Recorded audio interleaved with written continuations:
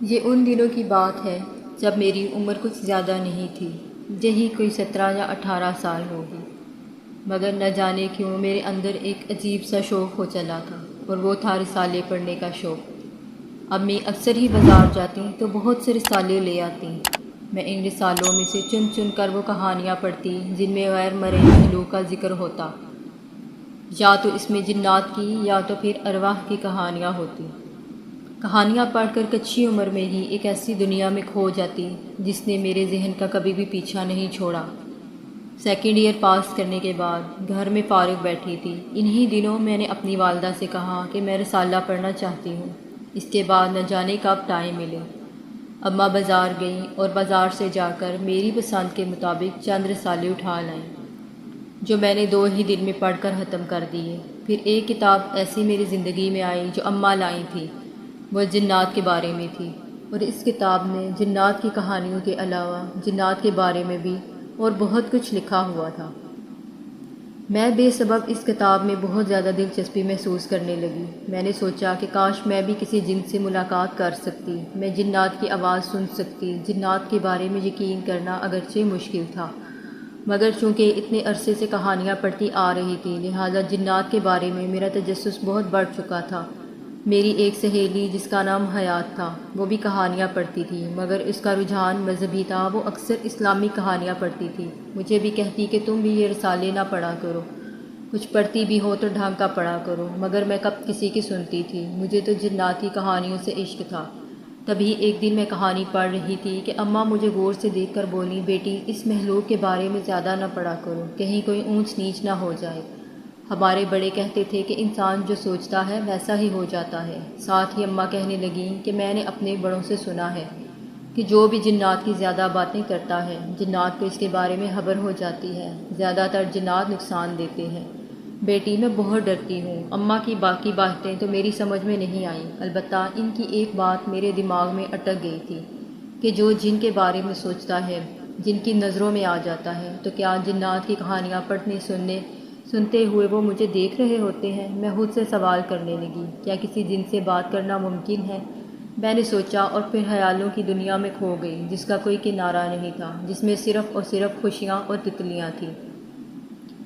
میری سہیلی حیات، جو کہ ہفتے کے روز ہمارے گھر آیا کرتی تھی، میں نے اس سے اپنے اس خیال کا اظہار کیا۔ حیات، میں چاہتی ہوں کہ ایک ایسا عمل کروں جس سے کوئی جن مجھ سے بات کرے۔ میں نے حیات کی طرف دیکھ کر کہا۔ اس کی تیوری پر بل پڑ گئے اور اس نے کہا، یہ کیسی باتیں کر رہی ہو؟ تم جانتی ہو اس سب سے کوئی بڑا نقصان بھی ہو جاتا ہے۔ اگر کبھی کچھ ہو گیا تو کہاں جاؤ گی؟ تمہاری امی کا کیا ہوگا؟ مجھے اس پر ترس آ گیا۔ میں نے اس سے کہا کہ میں کون سا کہاں بھاگے جا رہی ہوں۔ میرے کہنے کا مطلب ہے کہ مجھے صرف ایک بار یہ دیکھنا ہے کہ کیا جنات واقعی میں ہوتے ہیں۔ میں نے کھڑے ہوتے ہوئے کہا کہ میرے پاس ایک کتاب ہے، اس میں جنات کو حاضر کرنے کے سارے عمل لکھ رکھے تھے، وہ عمل کر کے ہی رہوں گی، ہو سکتا ہے کہ کوئی اچھا جن زادہ مجھے بھی مل جائے۔ میں نے شرارت بھرے لہجے میں کہا تو وہ اپنا سر پیٹ کر رہ گئی۔ اچھا میری بات سنو، حیات نے سنجیدہ ہوتے ہوئے کہا، اگر تمہیں کچھ کرنا ہے تو خدا کے لیے مجھ سے پوچھ لو، طریقہ بتاؤں گی جس سے جنات بھی تمہارے پاس آ جائیں گے اور تمہیں کوئی نقصان بھی نہیں ہوگا، مگر وعدہ کرو تم عملیات وغیرہ نہیں کرو گی۔ یہ سب شیطانی طاقتیں ہیں اور ان سے انسان کے پاس صرف اور صرف شیطان ہی آتے ہیں۔ مجھے پیار کرتے ہوئے حیات نے کہا کہ اس کے پاس علم ہے جس سے نہ صرف جن حاضر ہو جاتے ہیں بلکہ گناہ بھی نہیں ہوتا۔ میں یہ سن کر بڑی حیران ہوئی تھی کہ ایسا کیسے ممکن ہے، مگر پھر اس نے قرآن پاک لانے کا کہا۔ میں نے جلدی جلدی وضو کیا اور قرآن لے کر اس کے پاس بیٹھ گئی۔ حیات نے مجھے ایک سورت نکال کر دکھائی اور کہا، اس کا زیادہ سے زیادہ ورد کرو۔ وہ سورت جن تھی۔ میں نے کہا کہ اس سے پہلے بھی کئی بار میں یہ سورت پڑھ چکی ہوں، تو پھر اس میں خاص کیا ہے؟ حیات نے کہا، خاص یہ ہے کہ تم نے اس سے پہلے جنات کو حاضر کرنے کے ارادے سے یہ سورت نہیں پڑھی ہوگی، مگر اب تم اس نیت سے باواضح بلند ہو کر اسے پڑھو گی اور اس بات کو یقینی بناؤ گی کہ کمرے میں کوئی موجود نہ ہو، تو ضرور تمہاری خواہش پوری ہوگی۔ ہاں، مگر یہ عمل رات کے وقت کرنا، دن میں جنات حاضر نہیں ہوتے۔ اب میں رات ہونے کا انتظار کرنے لگی اور ساتھ یہ بھی سوچنے لگی کہ جن جب جہاں حاضر ہوں تو ماحول صاف ستھرا ہونا چاہیے، تو بیڈ شیٹ بدل ڈالی اور پردے دھو کر سکھانے کو ڈال دیے۔ شام کے 6 بجے تک میں نے کمرے کو ٹھیک ٹھاک کر لیا تھا۔ پہلے سے ایک بچے کو بلا کر کچھ روشنی کا بندوبست بھی کر لیا، جبکہ اگربتی بھی جلا دی۔ بس اب شدت سے مجھے رات کے ہونے کا انتظار تھا۔ جب رات کا اندھیرا ہوا، تقریباً 12 بجے میں کمرے میں آئی تو کمرے میں موجود ہر چیز سرخ ہو رہی تھی۔ میں نے شیشوں والی کھڑکی کھول دی جو دوسری جانب سے گلی کو نکلتی تھی۔ تازہ ہوا کے جھونکے کمرے میں آنے لگے۔ میں نے جائے نماز بچھائے اس پر بیٹھ گئی۔ سب سے پہلے 2 نفل پڑھ کر اللہ سے اپنے عمل کی معافی مانگی کہ میں تجسس کی وجہ سے ایسا کام کرنے جا رہی ہوں جس کے بارے میں مجھے میری سہیلی نے منع کیا تھا۔ میں نے خود سفید رنگ کے کپڑے پہن رکھے تھے۔ پھر میں نے اپنے ماحول کا ایک بار پھر سے سرسری سا جائزہ لے کر دیکھا اور قرآن پاک کھول کر اونچی آواز میں سورۃ جن کی تلاوت کرنے لگی۔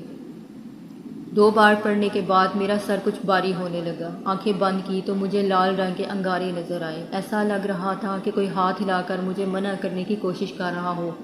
میں نے ایک دم آنکھیں کھولیں اور تلاوت جاری رکھی۔ یہ تقریباً کوئی 7ویں بار ہوگی کہ کمرے کی کھڑکی زور زور سے ہلنے لگی۔ میں نے چونک کر کھڑکی کی طرف دیکھا تو یہ دیکھ کر میری حیرت کی انتہا نہیں رہی۔ ہوا کے زور سے کھڑکی بج رہی تھی، جبکہ پورے کمرے کی چیزیں مسلسل ہل رہی تھیں۔ یہ منظر دیکھ کر میری تو اوسان ہتا ہو گئے۔ مجھے لگا کہ زلزلہ آ گیا ہے۔ میں نے خود کو اچھی طرح سے ڈھانپ لیا اور اپنی آنکھیں بند کر کے زمین پر لیٹ گئی تھی۔ تھوڑی دیر کے بعد مجھے احساس ہوا کہ کمرے میں سب کچھ ہلنا بند ہو گیا۔ وہ بتی کی روشنی جو کہ تھوڑی دیر پہلے بند ہو گئی تھی دوبارہ سے کمرے کو روشن کر رہی تھی۔ روشنی پہلے کی جیسی تھی۔ میں نے سر اٹھا کر دیکھا کہ میری نظر سامنے والے صوفے پر پڑی۔ میری حیرت کی انتہا نہ رہی۔ سفید رنگ کے کپڑوں میں ملبوس ایک نوجوان میرے روبرو تھا۔ وہ مجھے دیکھ کر مسکرا رہا تھا جیسے مجھے برسوں سے جانتا ہو۔ اسے دیکھ کر ایک انجانے خوف کی لہر میرے اندر دوڑ گئی۔ میں تو نہیں جانتی تھی کہ میرے ساتھ ایسا ہو جائے گا۔ اس شخص کا یقین ہے کہ انسان نہیں تھا بلکہ ایک جن زادہ تھا۔ میں کیا بات کرتی میری سمجھ میں نہیں آ رہا تھا۔ تب ہی اس نے خود ہی بات کا آغاز کیا۔ السلام علیکم۔ میں نے اس کے سلام کا جواب دیا۔ مجھے بھی سمجھ میں نہیں آئی کہ اس کا نام پوچھ لوں کہ اپنا نام بتاؤں، کیونکہ میں سوچا کرتی تھی کہ جب کوئی جن میرے سامنے آئے گا تو جلدی سے اس کا نام پوچھوں گی۔ مجھے پتہ ہے۔ اس نے میری گھبراہٹ کا اندازہ لگا کر نہایت خوشنما الفاظ میں کہا کہ میں تو آپ کے بلانے پر ہی آیا ہوں۔ میں نے اپنی نظر اٹھا کر اس کے چہرے کو دیکھا۔ یہ ایک کم عمر بچہ معلوم ہوتا تھا۔ اس کی آنکھوں کا رنگ نہ کالا تھا نہ بھورا، انتہائی پرکشش اور وجیح نوجوان۔ سب کچھ جانتے ہوئے بھی میں نے اس سے پوچھا تو کیا تم جن ہو؟ اور اس نے ہنستے ہوئے ہاں میں سر ہلا دیا۔ اب خاموشی چھا گئی۔ میرا دل دھڑک رہا تھا کہ ابھی یہ انسان کسی ڈراؤنی شکل میں میرے سامنے آ جائے گا، میری تو شاید سانسیں رک جائیں گی۔ تو وہ خود بولنے لگا کہ میں آپ سے رشتہ داری کی وجہ سے ملنے آیا ہوں۔ مجھے اس رشتہ داری کا پاس رکھنا مجبوری ہے کہ آپ سے رشتہ داری قریبی ہے۔ کیا مطلب؟ تمہارے نتر کیے ہوئے؟ تو انہوں نے حیرت سے پوچھ پڑا۔ میں بہت حیران ہو کر پوچھا، کیسی رشتہ داری؟ وہ اٹھ کر کھڑا ہوا اور میرے کمرے کی کھڑکی کے پاس جا کر رک گیا۔ اس نے مجھے ہاتھ کا اشارہ کرنے کے بعد کھڑکی کے ساتھ ہی لٹکتے ہوئے پردے کی طرف دیکھنے کو کہا۔ یہ دیکھ کر میری تو حیرت کی انتہا نہ رہی کہ یہ سایہ کسی اور کا نہیں، میری اپنی سہیلی حیات کا تھا۔ میں نے حیران ہو کر پوچھا، کیا تم حیات کو جانتے ہو؟ وہ میری سہیلی ہے۔ وہ مسکرایا اور کہنے لگا، میں حیات کا شوہر ہوں اور مجھے حیات نے ہی شام کو بتایا تھا کہ آپ کو جنات دیکھنے کا شوق ہے، تو میں اسی لیے حاضر ہوا ہوں۔ پھر اجازت دیجیے، میں اب چلتا ہوں۔ میں اس سے آگے کچھ نہیں کہہ سکی۔ تب ہی ایک لمحے میں وہ غائب ہو گیا۔ ہواؤں کا سلسلہ، پردوں کا ہلنا اور موم بتی کا جلنا سب بجھ گیا۔ وہ چلا گیا تھا اور میرے دماغ میں کئی سوال چھوڑ گیا تھا۔ میں نے صبح ہوتے ہی اس خیال سے حیات کے پاس جانے کا فیصلہ کیا کہ اس سے یہ سب ڈسکس کروں گی۔ جیسے ہی صبح ہوئی میں دوڑتی ہوئی حیات کے گھر گئی۔ مجھے اپنے کمرے میں دیکھ کر وہ بڑی حیران ہوئی۔ کہنے لگی، خیریت تو ہے؟ آج تم خود چل کر میرے گھر آئی ہو؟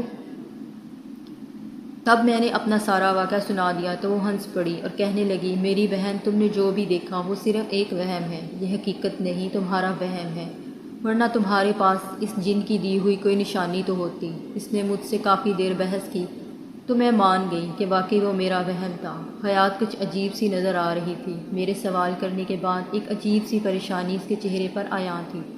اس کے چہرے کی بے چینی بتا رہی تھی کہ وہ میرے جانے کی منتظر ہے۔